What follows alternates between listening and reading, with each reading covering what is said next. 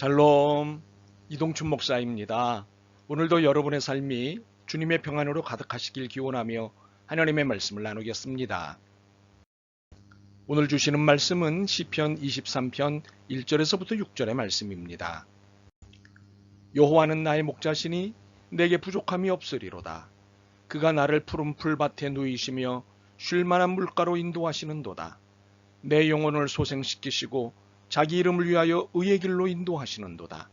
내가 사망의 음침한 골짜기로 다닐지라도 해를 두려워하지 않을 것은 주께서 나와 함께 하심이라.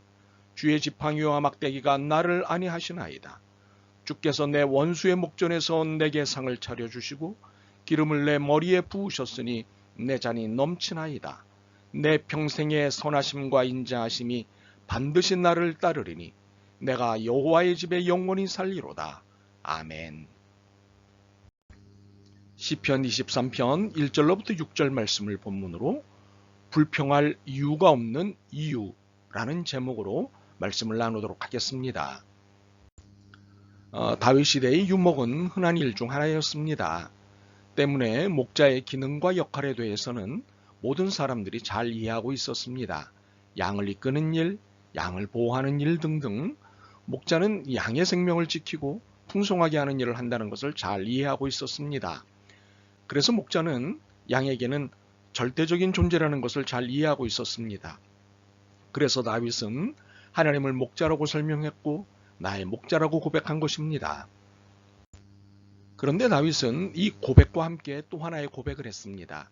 그래서 내게는 부족함이 없다.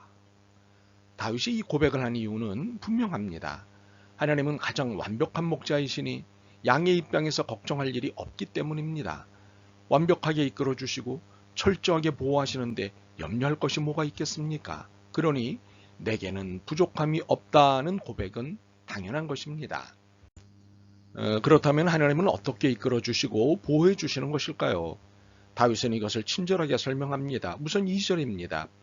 그가 나를 푸른 풀밭에 누이시며 쉴만한 물가로 인도하시는도다. 양에게 필요한 음식은 풀과 물입니다. 참으로 완벽한 음식입니다. 이것은 생존에 필요한 기본적인 것을 해결해 주신다는 것입니다. 그런데 이것을 야박하게 주시거나 근근히 먹게 하지 않으신다는 것입니다. 풀밭에 눕게 하시고 물가에서 쉬게 하신다는 것이 의미하는 바가 무엇이겠습니까? 넉넉함입니다.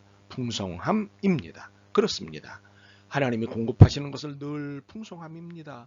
문제는 우리의 욕심이 너무 커져서 양이 안 차는 것이지 하나님은 부족하지 않게 풍성히 주십니다. 살림살이를 정직하게 돌아보시죠. 갑부를 꿈꾸는 것만 아니라면 하나님의 풍성히 주심에 동의하지 않을 수 없을 것입니다. 물론 상황에 따라서는 의도적 궁핍을 허락하시기도 하시지만 이는 일반적인 허락이 아니라 특정한 이유가 있기 때문입니다. 그런데 혹시 어떻게 먹는 것만 갖고 살 수 있습니까? 라며 불편한 마음을 갖고 계십니까? 아마도 이 불편한 마음은 육체의 안녕만이 아닌 영혼의 안녕도 중요하다고 믿기 때문일 것입니다. 맞습니다. 3절을 보겠습니다. 내 영혼을 소생시키시고 자기 이름을 위하여 의의 길로 인도하시는도다. 육체의 병도 고통스럽고 무섭지만 마음의 병은 더 고통스럽고 무섭습니다. 여기서 영혼을 소생시켜 주신다는 것은 다시 힘을 주신다는 뜻입니다.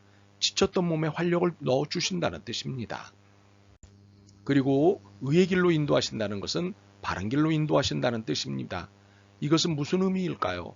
우리의 삶과 마음이 고통스럽게 되는 이유 중에 하나가 양심의 가책 때문입니다. 바르게 살지 않거나 바르게 못했을 때 양심의 가책을 받게 됩니다. 바르게 살지 않으면 양심이 괴로워하면서 동시에 몸과 마음이 함께 아픕니다. 이러한 사실을 아시는 하나님이시기에 이 고통이 없어지는 바른 길로 인도하신다는 것입니다. 우리가 마음을 바르게 잡고 양심에 따라 신앙적 삶을 살아갈 수 있도록 인도하시는 것입니다.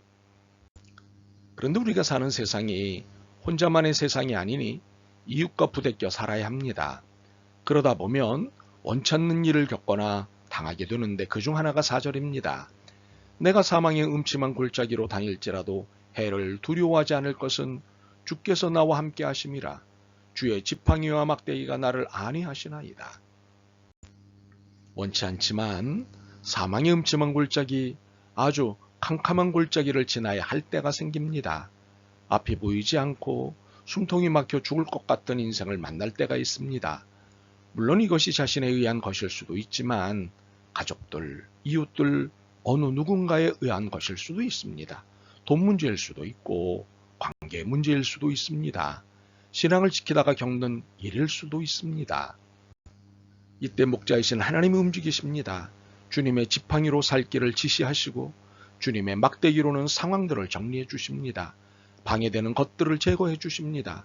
하나님의 이러한 움직이심에 안위, 평안이 찾아옵니다. 두려움이 사라지고 걱정이 물러갑니다. 그런데 여기에 더 중요한 사실이 있습니다. 사망의 음침한 골짜기, 한 치 앞도 보이지 않는 캄캄한 골짜기를 지나는 동안에 하나님의 이러한 안위, 이러한 평안이 나타난다는 사실입니다. 끝나고 나타나는 것이 아닙니다. 이유가 무엇일까요? 하나님께서 나와 함께 하시기 때문입니다. 내가 이 사실을 자주 놓쳐서 그렇지 하나님은 24시간 나와 함께 하십니다. 그렇기 때문에 여전히 캄캄한 골짜기에 있지만 더욱이 이 골짜기에서 언제 벗어날지 모르지만 하나님의 안위, 하나님의 평안이 임한다는 사실입니다. 그러니 하나님이 늘 나와 함께 하신다는 사실을 놓치지만 않는다면 염려와 걱정은 쓸데없는 일이 됩니다. 혹시 하더라도 훨씬 적어질 것입니다. 물론 안 해도 되는 일이지만 말입니다. 사실 염려와 걱정을 안 해도 되는데 우리의 한계가 이것을 벗어나지 못합니다. 그렇지만 하나님은 나의 목자이십니다. 그런데 사망의 음침한 골짜기 중 하나가 무시당하는 삶입니다. 돈이 없어서 무시당하고 힘이 없어서 무시당하고 실력이 없어서 무시당하는 삶입니다. 분명히 열심히 살았고 바르게 살았는데 어떻게 된 일인지 무시당하고 있습니다. 이럴 때 자존심이 뭉개지고 삶이 캄캄해지고 답답해집니다. 바로 이때 역전이 일어납니다. 나의 목자이신 하나님에 의해서 말입니다. 5절입니다. 주께서 내 원수의 목전에서 내게 상을 차려주시고 기름을 내 머리에 부으셨으니 내 잔이 넘치나이다. 세 번역으로 한 번 더 읽겠습니다. 주님께서는 내 원수들이 보는 앞에서 내게 잔치상을 차려주시고 내 머리에 기름 부으시어 나를 귀한 손님으로 맞아주시니 내 잔이 넘칩니다. 무슨 일입니까? 내가 돈 없고 힘 없고 실력 없다고 우습게 보는 이들 앞에서 하나님은 보란듯이 잔치상을 차려주시고 내 머리에 기름을 부어주신다는 것입니다. 머리에 기름을 붓는 의식은 왕에게 하는 것인데 왕의 잔치상을 베푸시고는 최고의 대접을 하시는 것입니다. 이로써 상대의 코를 납작하게 해주시는 것입니다. 고린도전서 1장 27절에서부터 29절은 이를 잘 설명하고 있습니다. 그러나 하나님께서 세상의 미련한 것들을 택하사 지혜 있는 자들을 부끄럽게 하려 하시고 세상의 약한 것들을 택하사 강한 것들을 부끄럽게 하려 하시며 하나님께서 세상의 천한 것들과 멸시받는 것들과 없는 것들을 택하사 있는 것들을 패하려 하시나니 이는 아무 육체도 하나님 앞에서 자랑하지 못하게 하려 하심이라. 이것이 바로 하나님께서 세상을 다스리시는 원칙입니다. 하나님의 선한 데 쓰라고 주신 지혜와 힘을 사람을 무시하는 데 쓸 때 다시 말해 돈 없다고 힘 없다고 실력 없다고 우습게 보는 태도를 납작하게 하십니다. 이것은 내가 하나님의 양이고 자녀이기 때문에 특별히 행하시는 것이 아닙니다. 이것은 하나님의 정의의 원칙이시기 때문에 누구에게라도 동일하십니다. 물론 하나님의 자녀에 대한 특별한 은총이 있는 것은 사실입니다. 그러므로 이 정의의 원칙에 의해 나는 당당할 수 있습니다. 하나님의 이러한 은혜와 원칙을 경험한 다윗은 6절을 확신 가운데 고백합니다. 내 평생의 선하심과 인자하심이 반드시 나를 따르리니 내가 여호와의 집에 영원히 살리로다. 다윗의 고백은 하나님의 선하심과 인자하심이 평생 반드시 나와 함께 하신다는 고백입니다. 그렇기에 다른 집이 아닌 오직 하나님의 집에서만 살겠다고 결심하는 것입니다. 자, 우리의 고백은 어떻습니까? 다윗의 고백과 같아야 하지 않을까요? 내가 여호와의 집에 영원히 살리로다. 물론 하나님의 은총 가운데 하나님의 집에서 살게 되는 것이지만 이것은 결국 나의 결심과 결단이 있어야 합니다. 내가 하나님의 집, 하나님 나라의 삶을 살지 않겠다고 하면 이렇게 될 수 없습니다. 그러므로 은혜는 나의 믿음의 결단을 요청합니다. 믿음의 결단이란 무엇보다도 하나님을 나의 목자로 고백하는 것, 그리고 하나님의 인도하심을 확신하는 것, 그리고 하나님의 인도하심을 믿고 당당해지는 것입니다. 이 믿음의 결단이 내 삶을 불평으로부터 벗어나게 할 것입니다. 내 삶을 지배하고 있던 불평을 사라지게 할 것입니다. 물론 하나님의 전적인 은혜의 역사가 개입되겠지만 말입니다.